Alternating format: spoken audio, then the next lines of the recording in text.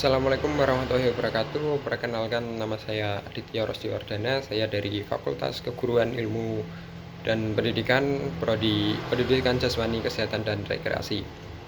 Di sini saya akan melanjutkan penugasan video mata kuliah Ahlussunnah wal Jamaah.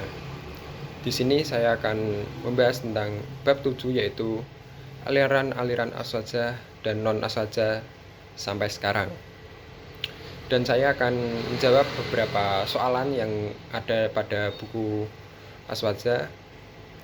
Saya akan menjawab soalan nomor 5 halaman 99, yaitu jelaskan konsekuensi dari mengkafirkan muslim dan mengapa para ulama sangat berhati-hati dan tidak serampangan dalam hal ini. Untuk mengkafirkan seorang muslim adalah tindakan yang sangat serius dalam Islam dan memiliki konsekuensi teologis, sosial, dan hukum yang berat. Oleh karena itu, para ulama dari dulu hingga sekarang sangat berhati-hati dan tidak gegabah dalam menjatuhkan vonis kafir pada seseorang yang masih mengucap 2 kalimat syahadat. Konsekuensi mengkafirkan seorang muslim yang pertama yaitu konsekuensi akidah atau teologis. Mengkafirkan tanpa dasar yang sah bisa menyebabkan pelakunya sendiri menjadi kafir. Nabi Muhammad SAW bersabda, "Barang siapa yang berkata pada saudaranya, 'Wahai kafir,' maka ucapan itu akan kembali kepada salah satu dari keduanya." Hadis riwayat Bukhari Muslim. Dan yang kedua, konsekuensi hukum dunia. Jika seseorang dihukumi kafir secara resmi oleh otoritas syar'i, maka implikasinya sangat besar, yaitu nikahnya batal, tidak boleh dimakamkan di kuburan muslim, hartanya tidak diwarisi oleh ahli waris muslim, doa dan sholat jenazah tidak boleh dilakukan, tidak punya hak sebagai warga dalam masyarakat muslim jika diterapkan secara politik. Ketiga, konsekuensi sosial. Yang pertama, dapat memecah belah umat, dan yang kedua, melahirkan fanatisme, ekstremisme, dan terorisme, serta yang ketiga, membuka pintu fitnah dan pertumpahan darah, seperti yang terjadi pada Khawarij zaman dulu dan ekstremis modern sekarang.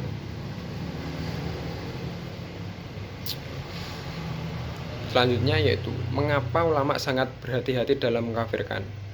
Yang pertama, ada dalil-dalil Al-Quran dan Sunnah melarang tindakan serampangan. Pada Quran surat An-Nisa ayat 4,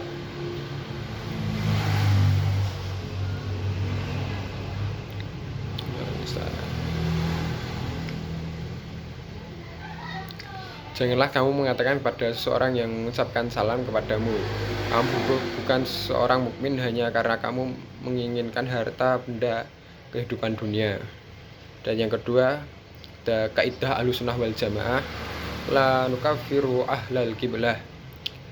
Kami tidak mengkafirkan orang yang menghadap kiblat kecuali bila ada dalil yang pasti dan tidak mengandung takwil.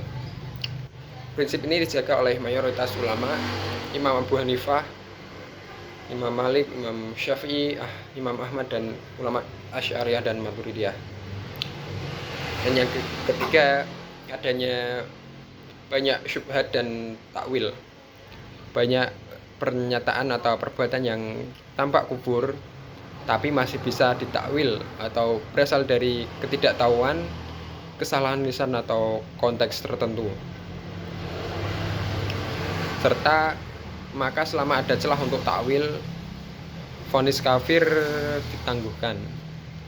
Dan yang keempat, takfir adalah wewenang ulama besar dan qadhi, bukan orang awam. Jadi gini, vonis kafir tidak boleh dijatuhkan oleh siapa saja. Ia harus berdasarkan ilmu mendalam, pemeriksaan intensif, dan otoritas syar'i. Imam Nawawi mengatakan tidak sah mengkafirkan seorang kecuali ditegakkan hujah dan dijelaskan kesalahannya. kaidah ulama al-khattahu fi tarki tahfir khairun min al-khata fi tahrir. Kesalahan dalam tidak mengkafirkan lebih ringan dibanding kesalahan dalam mengkafirkan seseorang. Contoh nyata bahaya takfir serampangan. Dalam Khawarij mengkafirkan Ali bin Abi Thalib dan para sahabat karena tidak sepaham, bisa menyulut perang. Yang kedua, kelompok ekstrim modern, ISIS dan lain-lain, mengkafirkan pemerintah, ulama, dan masyarakat awam, bisa mengakibatkan teror dan kekacauan. Dan yang ketiga, fitnah sosial, mengakibatkan perpecahan keluarga, komunitas, bahkan kehancuran negara. Dan kesimpulannya, para ulama sangat berhati-hati dalam mengkafirkan seorang muslim karena akibatnya berat di dunia dan di akhirat. Tidak semua ucapan atau perbuatan yang tampak salah adalah kekufuran mutlak, serta dikhawatirkan justru pelaku sendiri yang jatuh dalam kekufuran. Oleh sebab itu, prinsip Ahlus Sunnah adalah tidak tergesa-gesa dalam takfir, menghindari vonis kecuali dengan dalil yang jelas dan tidak mengandung syubhat, lebih memilih keselamatan umat daripada membuka pintu perpecahan. Dan yang kedua, soalan yang kedua yaitu apa yang dimaksud dengan mazhab, dan jelaskan hukum bermazhab bagi orang awam, mujtahid, dan ulama yang belum mencapai derajat mujtahid. Apa itu mazhab? Mazhab adalah secara bahasa berarti jalan atau cara yang ditempuh.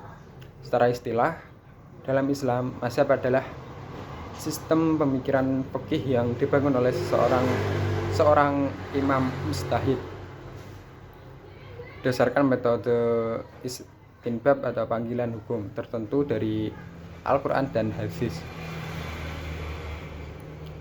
Mazhab berfungsi sebagai kerangka berpikir hukum Islam yang teratur dan memudahkan umat dalam beribadah dan bermuamalah sesuai syariat. 4 mazhab fikih Sunni yang masyhur. Yang pertama ada Imam Abu Hanifah atau Imam Hanafi, wafat 150 Hijriah. Yang kedua ada Imam Maliki bin Anas atau Imam Maliki, wafat 179 Hijriah. Yang ketiga ada Imam Syafi'i atau Imam Syafi'i, wafat 204 Hijriah, serta Imam Hambali atau Imam Ahmad bin Hambal, wafat 241 Hijriah. Hukum bermazhab berdasarkan tingkat keilmuan. Yang pertama, orang awam. Orang awam siapa itu? Yaitu orang yang tidak memiliki kemampuan memahami dalil syar'i secara langsung, baik dari Al-Quran maupun hadis. Hukum bermazhabnya wajib secara amali mengikuti mazhab ulama yang terpercaya atau taklid, karena Allah berfirman, tanyakanlah kepada orang yang berilmu jika kalian tidak mengetahui. Quran Surat An-Nahl ayat 43. Serta orang awam tidak mungkin bisa menggali hukum langsung dari Al-Quran dan hadis tanpa alat bahasa Arab atau usul fikih dan lain-lain. Dan yang seterusnya yaitu mengikuti ulama mujtahid adalah jalan keselamatan dari kesesatan. Imam Nawawi berkata orang awam tidak memiliki mazhab. Mazhabnya adalah mazhab mufti yang ia ikuti. Yang kedua ada ulama yang belum mujtahid atau mutabi. Siapa itu? Ulama yang berilmu, paham dalil, dan memiliki pengetahuan dasar dalam usul fikih, tapi belum sampai derajat ijtihad mutlak. Hukum bermazhabnya disunahkan atau diwajibkan untuk mengikuti mazhab tertentu, namun ia boleh menguatkan pendapat dari mazhab lain dengan dasar yang kuat, serta melakukan tarjih memiliki pendapat terkuat jika mampu secara ilmiah. Tapi tidak boleh melakukan ijtihad bebas atau mengambil Al-Quran hadis secara langsung tanpa kaidah. Yang ketiga ada mujtahid orang yang mampu berijtihad langsung. Siapa itu? Ulama yang telah memenuhi syarat ijtihad atau menguasai Al-Quran dan hadis serta ilmu-ilmu pendukungnya seperti bahasa Arab, usul fikih, kawaid fikih dan lain-lain, serta mampu merumuskan hukum dari sumber aslinya langsung. Hukum bermazhabnya tidak wajib taklid pada satu mazhab dan boleh ijtihad langsung dari nas syar'i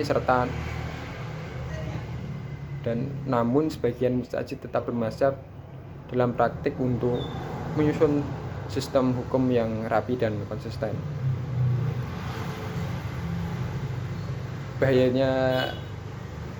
tidak bermazhab bagi orang awam. Yang pertama, membuka pintu kesesatan dan kekacauan hukum. Yang kedua, campur aduk pendapat seenaknya, mengambil mazhab yang mudah dari berbagai mazhab tanpa ilmu.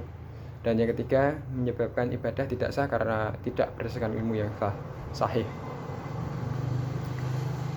Mungkin itu saja penjelasan tentang bab 7 dan menjawab soalan-soalannya. Kurang lebihnya saya mohon maaf. Assalamualaikum warahmatullahi wabarakatuh.